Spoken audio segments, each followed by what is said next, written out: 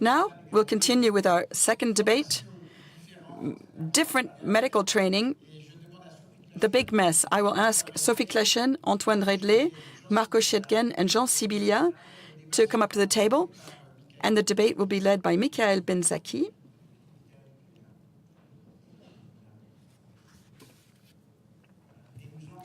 And we will first have a short video. Numerous clauses. For students in their first year of medicine, pharmacy, dentistry, midwifery, physiotherapy, the Latin expression numerous clauses sounds like a fearful spell, and it does all seem like witchcraft at times, as you can see. A would-be doctor may not be allowed to study medicine in France, but he can come back to work as a doctor several years later, after graduating in Belgium or Romania. As a GP, he or she will be welcomed with open arms into the doctor-starved wastelands of the Lozère or Cantal regions. As for highly sought-after anesthetists or emergency doctors, they get the red carpet treatment on their return. These absurd examples are due to the delayed effects of the numerous clauses in France. Students who were unwanted in the past and who left to study medicine abroad may well become France's invaluable doctors of the future. To be able to guarantee the right provision of health care, it's not enough to set up mutual recognition of diplomas. The whole training program has to be harmonized and simplified. Yes to the bachelor's, master's, PhD path with hospital internships as of the second year. But at the same time, students should be interviewed to check that they have the right human touch. No to the separation of paramedical students. A bachelor's should allow students to become nurses, while a master's should allow them to become surgical assistants or assistants in any kind of specialty, drawing up prescriptions and doing specific operations. Finally, a PhD should lead to the title of doctor in medicine. However, while Europe is one of the main regions in the world for doctor migrations, the shock of harmonization is perhaps flawed from the start. The idea is simple, maybe too simple for Brussels.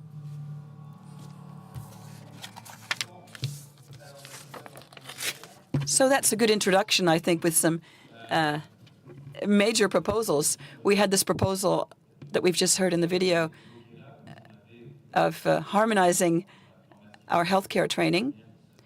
For example, nurses could become nurse practitioners doing some medical acts. This is one of the proposals that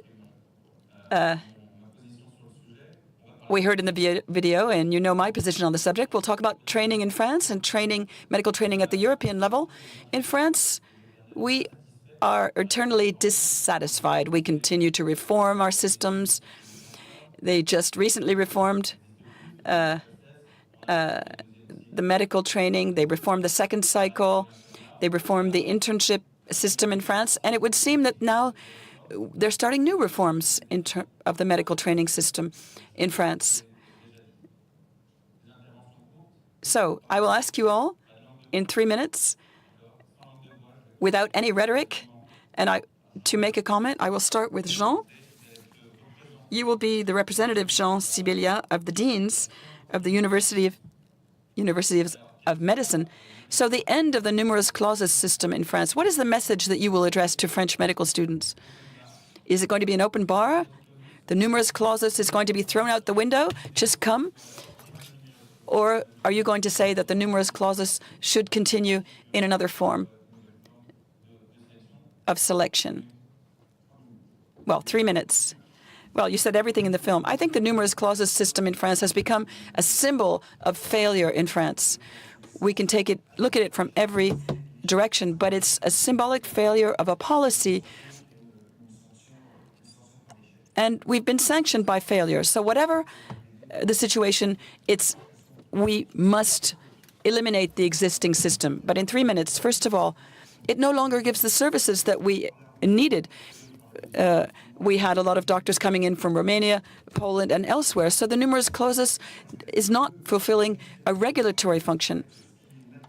What people and students experience and their families experience negatively is that when they have really good grades, just because of the numerous clauses, the student could be in the 251st position, and he was eliminated.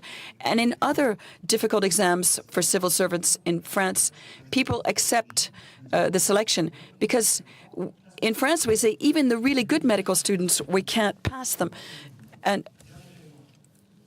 and the measure came from on high. So for me, it's a good measure to eliminate the system. Two other points. I also think that the selection aspect at 3,500 or 8,500, we're asking for new criteria to meet new needs in the new system, and this was not the case with the previous system. And I would like to conclude by saying, and we can discuss this more precisely, there's also something symbolic that has nothing to do with reality. There was suffering and failure of the medical students, which is a very strong image that we no longer want to accept. It's also symbolic for the population of the insufficient healthcare system. And the numerous clauses was not the only reason for this, but the patients and citizens who don't have doctors said it's because there's this numerous clauses system, and we're preventing our young French people from becoming doctors. And people no longer accept this this centralized, nationalized system. So we wanted the system to be eliminated, but eliminated doesn't mean that there will be an absence of regulation, and we'll come back to that. So the message to the future medical students is to say there will be a selection, yes, but. So you told me no hollow rhetoric, but no. Yes, we have to have a regulation. It can't be an open bar, that's clear. Open bar, regulation, numerous clauses, avoiding the numerous clauses. We talked about Romania. Antoine, you left France, and so to get around the numerous clauses, you went to Romania to study, and then you came back to France for your internship. So I have two questions for you. First, the elimination of the numerous clauses, yes or no? Is it something positive in your opinion? You found a solution to get around it. And secondly, there's a certain stigma attached to those who left and went outside of France for their medical studies and who came back as doctors. Did this impact you? Is this something that's changing with the student representatives who are if you looked at your colleagues and teachers and deans and others, did it weigh upon you? Well, let me react to. Yes, and I will answer the questions, but yes, indeed, the numerous clauses was perceived as really the reason behind these medical wastelands, and that was not true. But I think the elimination of the numerous clauses is a good idea, but it has to be well done. We always know what we're losing, but you never know what you're gaining. And we have a lot of reforms underway in France today, and so things need to be done properly. The numerous clauses was very unfair. It encouraged individualism, and unfortunately, as a doctor, we work in a team, and it didn't encourage teamwork during our training, and it didn't. So I think it's a good thing that it's being eliminated, but it has to be replaced properly. I'm part of the students, among students who went to Romania. I had 14.92 as my grade average. So even with a 14.92 grade average, I failed my first year of medical school in France. It was very upsetting for me, very difficult. And failing that first year is a terrible feeling. There were a certain number of students. It was our first failure because we were good students in high school, and it is our first failure, and leaving for Romania is experienced as a failure. And it's extremely tough to say that when we come back, we will be perceived as someone who failed the first year. This gave rise to panic attacks for some young doctors. 3 or 4 years ago, there was even a wave of suicide among the French students in Romania. 8 of them killed themselves out of a class of 200. That's a huge percentage. So yes, you have this huge stress that when we're going to come back to France, we will be perceived as cheaters, and this does weigh heavily on us. But this didn't prevent you from coming back. You came back to France, and it didn't prevent you from being a representative. You were the general secretary of the Interns Union, and so when you came back, you succeeded in having people accept you. Well, I had to really prove myself. I had to show that I should be perceived as a colleague and not as an enemy. Sophie? You're fully European dermatology resident, so you had your internships in France and Switzerland, but you're German. So how did you start your medical studies in Germany? Do you have the same numerous clauses system with the sort of guillotine after the first year? In France, people, like we said, we used to like the guillotine. It is sort of a guillotine model. What about Germany? Are there different ways of entering medical studies? Can you tell us more? Yes. There is a regulation in Germany. We have pretty much the same system. We do refer to the numerous clauses, but it's different. In France, it's the maximum number of students who can enter medical studies, whereas in Germany, it's your maximum grade when you leave high school. We have a scale of 1 to 6, and the 1 is the best grade in Germany. It's like getting a 20 in the French system. But in previous years, we had an inflation of these grades leaving high school. When I started my studies in medical school 7 years ago, it was 1.6. You had to have a 1.6 to enter, and now it's 1.1 or 1.0. And it's really difficult to have this grade in high school. But the majority of the universities give extra points to improve this grade. For example, with personal interviews, motivation letters, training in the medical sector, and there are other opportunities to improve your grade. So this gives you additional points to enter medical school? Yes. For example, if I had a 1.6, I could then train as a nurse, and then I would have 1.3 at the University of Lübeck. But it's not a uniform regulation. It depends on the university in Germany.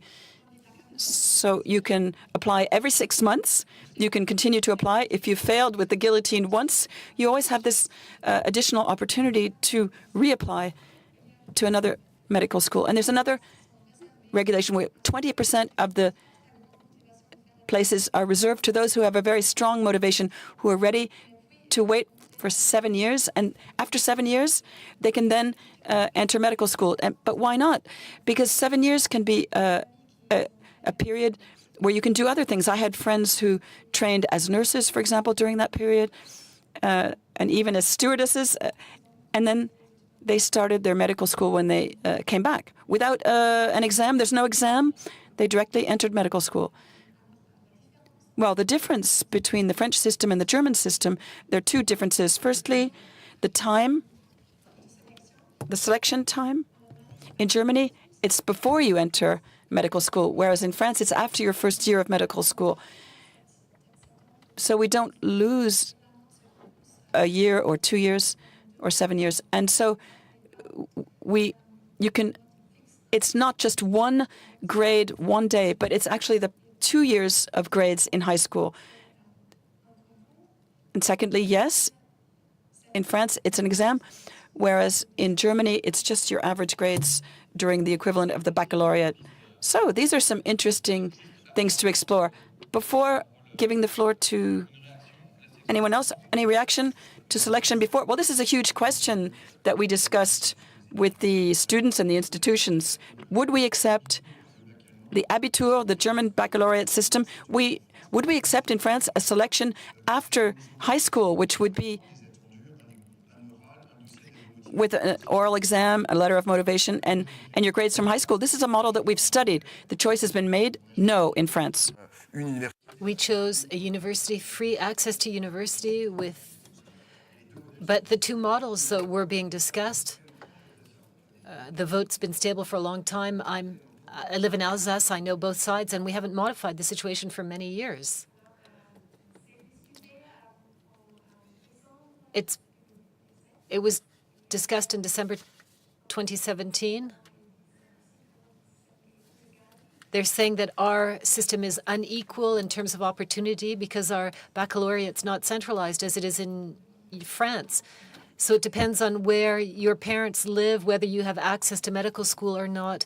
But in France, it's different. You have the centralized system, and I think that it's perhaps more egalitarian in your end-of-year high school examinations than they are in Germany. So they're going to change the access in Germany? Are they going to put a stop to these the possibilities that exist. So they're going to change the fact that you can wait 7 years and have direct access to medical school. They're going to do more individual selections. We take the end of year high school results, but there are 2 other selection criteria per university. But the universities can choose which criteria they will use. Thank you, Sophie. Our fourth speaker, Marco Chetgen. You're envied across Europe. Why? Because you're the first dean of general medicine at the Belgian Medical University.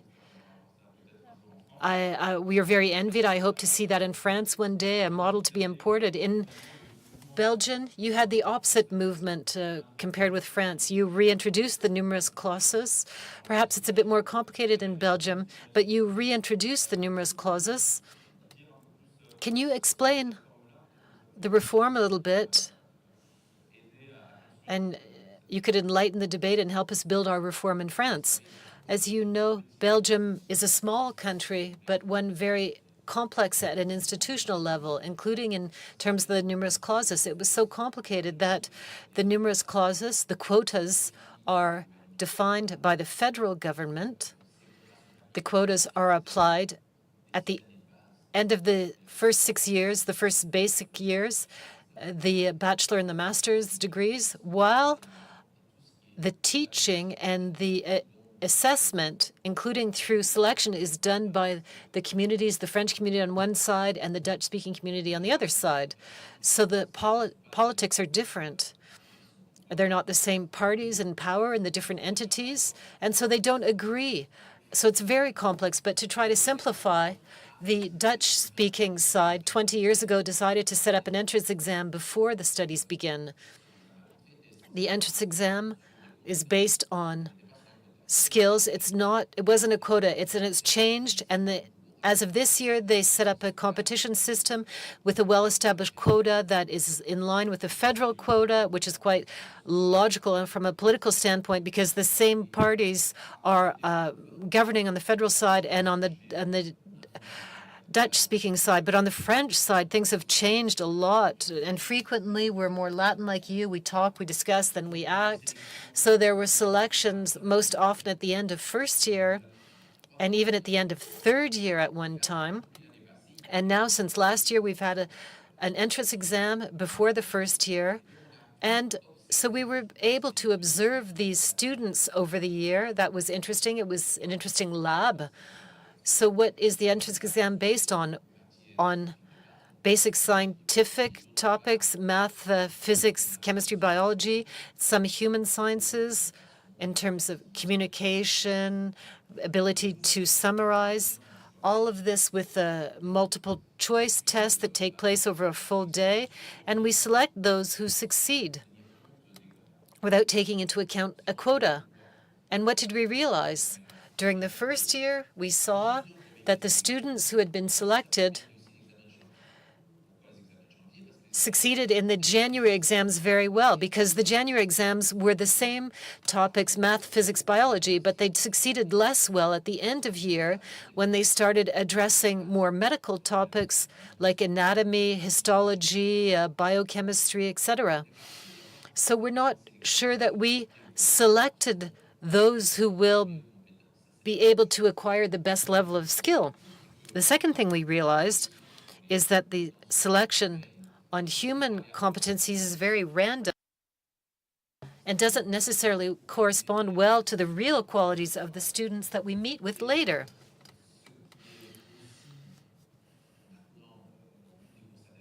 Another observation, because we've just been through the second year with the entrance exams, now the success rate is better than last year, and that's quite logical because lots of those who failed last year spent a whole year preparing for the entrance exam, and those who were finishing their high school career joined. And so the success level was higher, so that will continue to increase, and that doesn't correspond to the numerous clauses quota defined at a federal level. So we still have to deal with this issue. And to come back to what my colleague, the French dean, was saying, the position of the Francophone deans is to say that we need a selection process, but not based on a quota. That type of planning is impossible. I was in charge of the Planning Commission for quite a few years because Europe is porous. So it's practically impossible to do that. But there are two things that seem important to us. We need a minimum level of skill so that these young people don't end up failing after a year or 2 years. I don't want to say that they're lost, but they will leave that educational program. And secondly, we realize that the types of selections that we have will not automatically give rise to the best doctors, because being a good doctor is a much wider and more complicated topic. I have a question for Jean Sibilia. Talking about good doctors, we talked about the diversification of profiles of people entering medicine. How can we do that? How can we diversify? We're a bit homogenous, a scientific high school diploma, the competition test, the admissions test. And then how do we create cooperation between doctors and other professionals? And doctors that are practicing in one area in hospitals, and doctors are practicing in private practice, and some that do both. So how do we introduce this type of diversity and transversal aspects in education? I prefer the second question, but I'll try to answer both. I find it very hard to understand this question of diversification. How do you mean diversify the profiles? This would mean that we really know what a good doctor is, knowing that medical practice will evolve over 30, 40 years or more. So I don't know how you can define a good doctor, except that we know the qualities. They must have empathy, the ability to listen. But I don't understand how through diversification we can get the best doctors. And then how do we understand diversification through the diversity of difficult medical practices behind? Do we need the same qualities to be a cardiovascular surgeon and a GP? In the countryside, I'm not sure that we need exactly the same profiles and qualities. And I'll come back to the debate that we had with our foreign colleagues. Can we really, at 17 or 18 years of age, and I've tested this, at 17, 18 years of age, regardless of the method of assessment, can we say that that person is going to be good over the next 40 years? We don't know that. Let's be honest. And young people today at 17, 18, they're kids. I have a kid who's 16. They're immature. In terms of their logic, it's legitimate. They're not full adults, so you can see positive fibers or not. But it's very difficult to select on different profiles. So diversifying the path there's no point in that. Okay, that's a second question. Diversification of educational paths. That comes back to what you showed in the film. If we diversify the paths and allow a person through a progressive professional career to go to where their desires and their abilities lead them, we can create a good medical corps.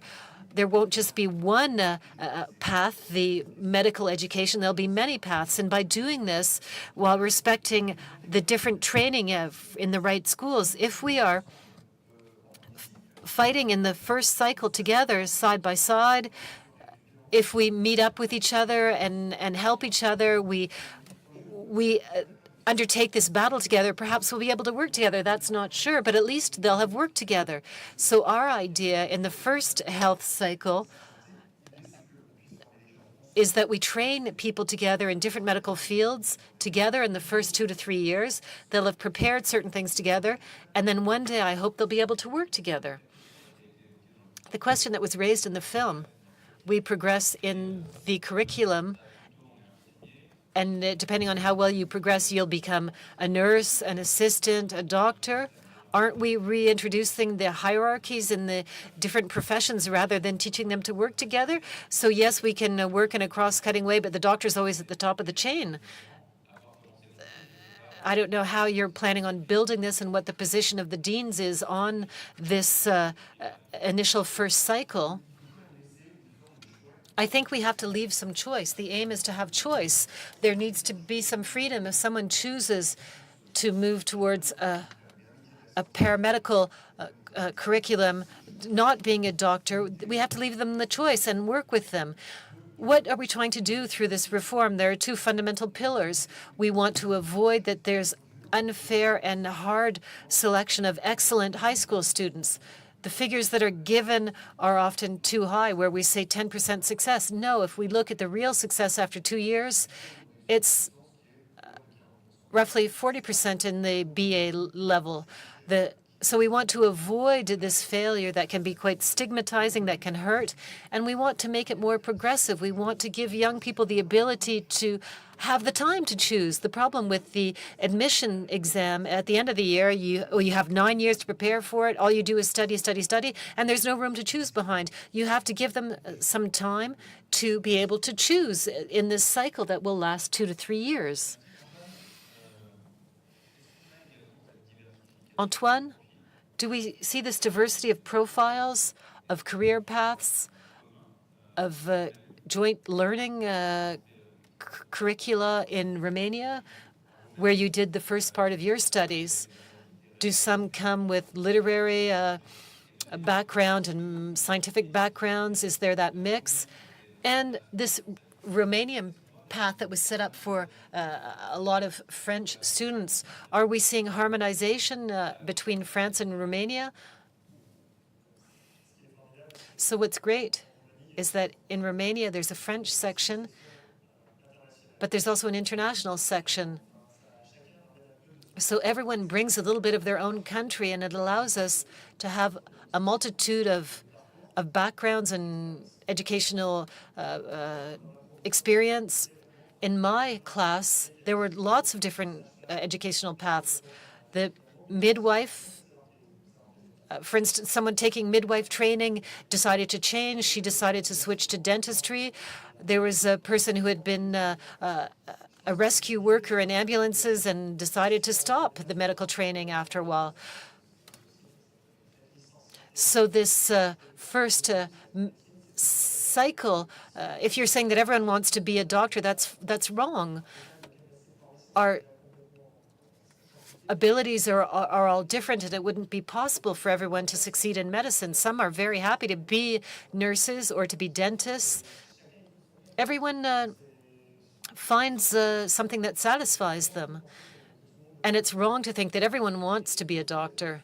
And the fact that we're all together really allows us to get to know each other and to say, okay, I studied with that person and I know what they did. We studied our first 3 years together, and you avoid the devaluing those professions. There are doctors who have big swollen heads and who say that nurses are idiots. And again, I don't know how our interpreters interpreted that the nurses were quiche, but on some levels, nurses are better trained and have better capacities than some doctors do. So the fact that everyone has gone through the same training allows us to realize certain things. On the second part of the question concerning the training in Romania and Romanians, has the medical training in Romania evolved because the country has opened up to other foreign students from across Europe and from across the world? 25 to 30% of the Francophone sections work to go back to France, but some want to go back to Germany or go work in the U.S. So all of these exams that are prepared for, the professors will adapt the course, will draw from all over, bring things into the program that didn't exist before in Romania, and each year things evolve very quickly. So it's lucky and unlucky that Romania is a developing country and it doesn't have access to some tools that we have in France. But because of that, they're working to have access and they're running, and we're dragging our feet on a lot of topics. So I think that the risk in France is that we will be surpassed by these countries that are more dynamic than we are, that are looking for things from all over. Sophie, in Germany, our medical students and residents, interns, they're rapidly professionalized. In France, interns stay students until the end of their program. Does that change something in their training? You're independent very quickly, autonomous with no classes. But in France, the interns are continuously assessed. What have you observed from this difference in practice? Are things the same? Are things more interesting in Germany because you're more independent more quickly? I think the fact that we're more autonomous, more free hasn't really changed anything. We're professionals, but we continue to be trained. We're not going to classes in an amphitheater, but in our departments, we continue to learn each week, once a week. I don't know how this occurs in France, but we have training every week. Maybe the financial status is different because we're professional. How many are you paid? 2,000 to 3,000 euros net per month as the interns. So that would interest a lot of French doctors for sure. Well, we have a lot of responsibilities. We treat our patients. We can do minor surgical interventions. So it's normal that we be paid for this.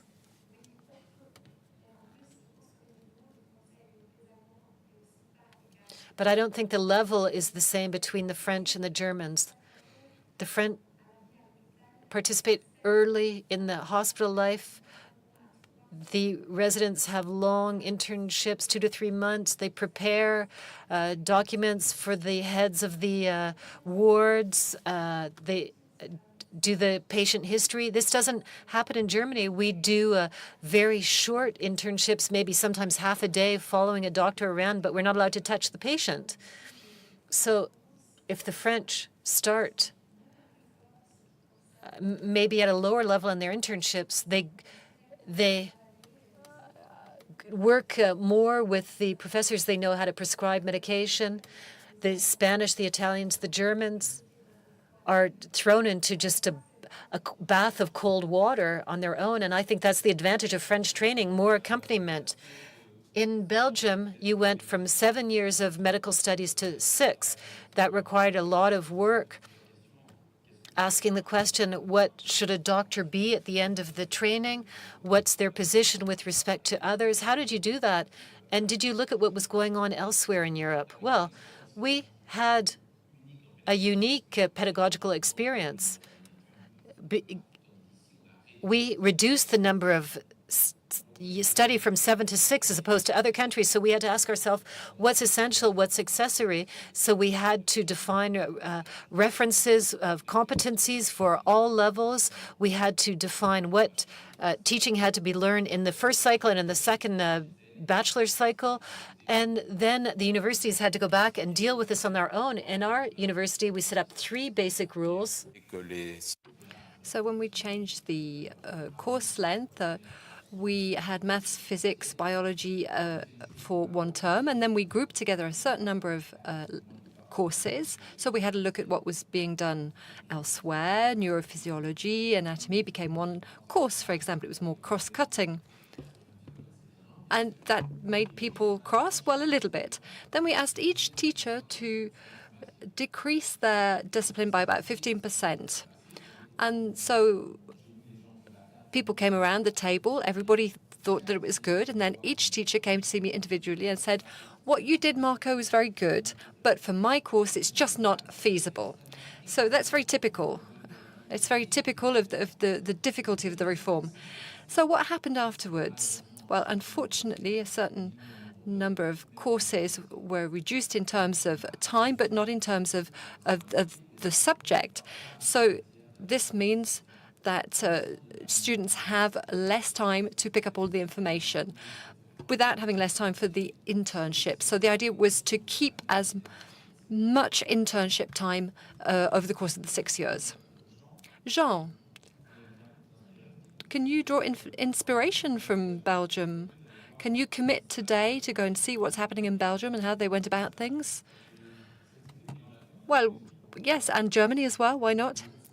We did it for the second and third cycle. For the reform for the second cycle that was launched a few months ago, the idea was to reduce the volume of teaching, and it had become just not possible. So students, the CN was disappearing with reference systems. Let's take pediatrics, for example. 1,200 pages for pediatrics. That's just not normal for a second cycle cursus that might have led to pediatrics or not. So we developed 3 ideas that are very similar to what you have done in Belgium. So reduce the common program, but in the second cycle, so that was the first thing we did. The second thing we did was develop skills in the field by looking at our internships, looking at skills necessary. It's very simple. Students only work with the patients I examine. So they work on their skills. When they're in an internship very early, this is something that has to be measured and evaluated. And then a third thing in the second cycle, and this allows us to get rid of the ECNs. So it's allow them as a kind of creativeness. They have points for creativeness.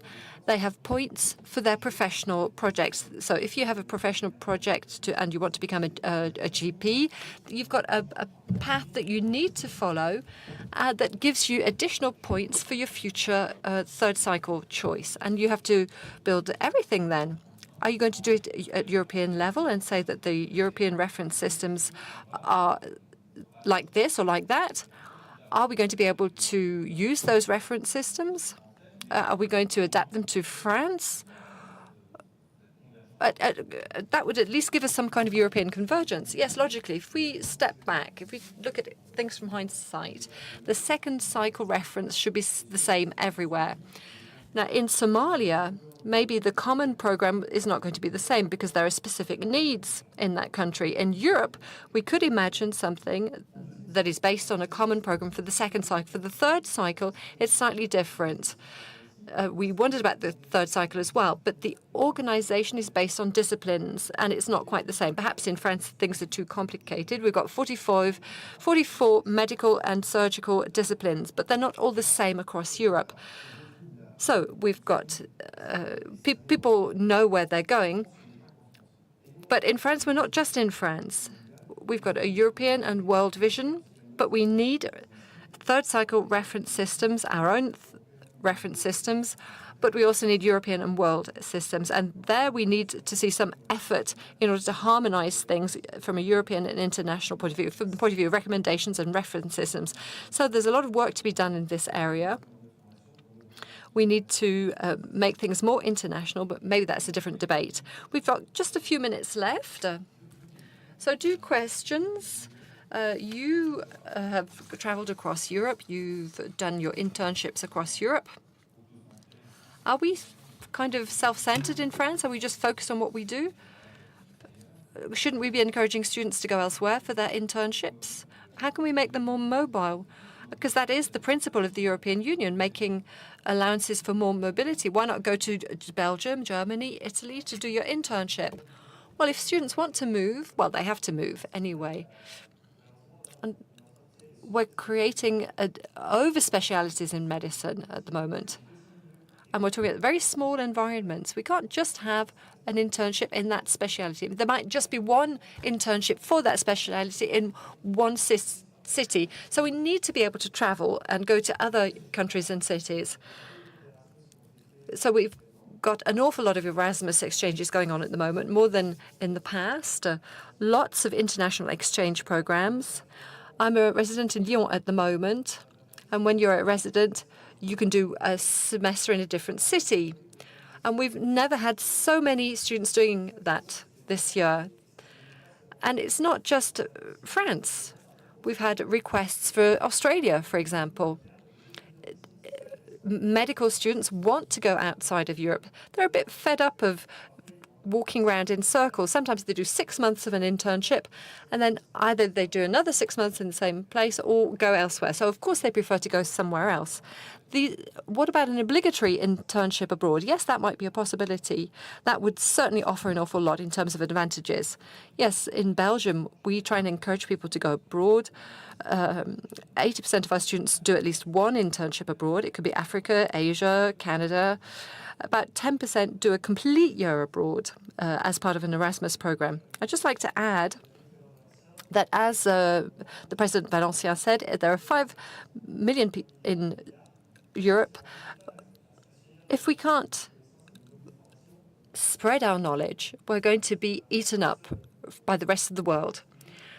So we need to work together on this, because in strength we will find our force. So we've got 3 or 4 minutes. Last point, stress. Stress during your studies. How do you manage stress?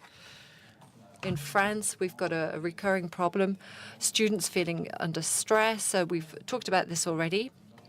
How do you make sure that stress can be limited in medical training? Sophie, we were talking about competitive minds. Is it the same thing in Germany? Is it something that shocked you? I think that stress is everywhere in medical studies, not just in France, but also in Germany, everywhere in the world. But what I experienced when I was in Salpêtrière in Paris, there's an awful lot of competition, much more than in Germany. The external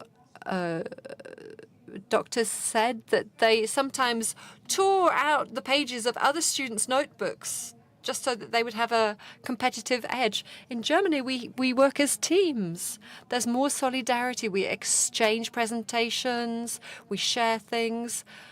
If somebody fails in chemistry, we help them because, there's no point this person having a disadvantage.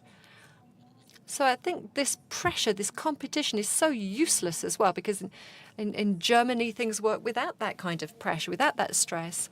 But I think you've already made some good progress. So you've avoided the guillotine.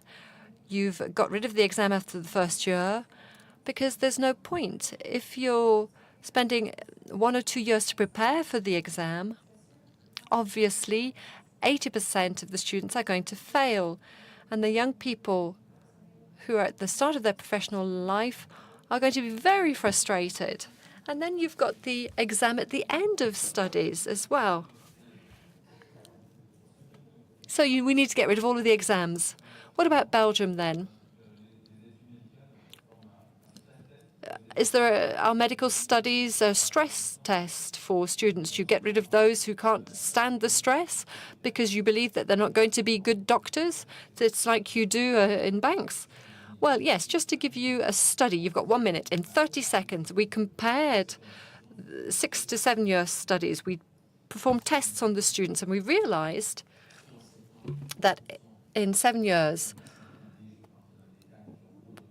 there are lots of students who suffered from burnouts and depression, whereas for the 6 year period, it was just 50%. So when you compress the time available, you increase the stress. It's a bit like in France. I discovered 2 weeks ago that there were students who posted exam questions on sites with the wrong answers to try and influence the others, hoping that they wouldn't be taken. So this is the French influence. Yes, it's probably the French influence, yes. So last point, 20 seconds on stress. Yes, stress is a real problem. It's a very serious problem. We're trying to do something about it. It's trans-societal as well. There are specifics relating to the health sector. The only way to get rid of them is to get rid of the 2 guillotines and the exams, because you can't not suffer from stress. We don't do enough about it. There's no preventive medicine for students. There's no detection for students in difficulty. There's no prevention for many, many things. And thirdly, those supervisors need to play the role of managers and understand psychosocial stress. If they're there with a whip, it's not going to work. So there needs to be awareness raised. The society has changed. Thank you. That will be the end for that round. Thank you very much.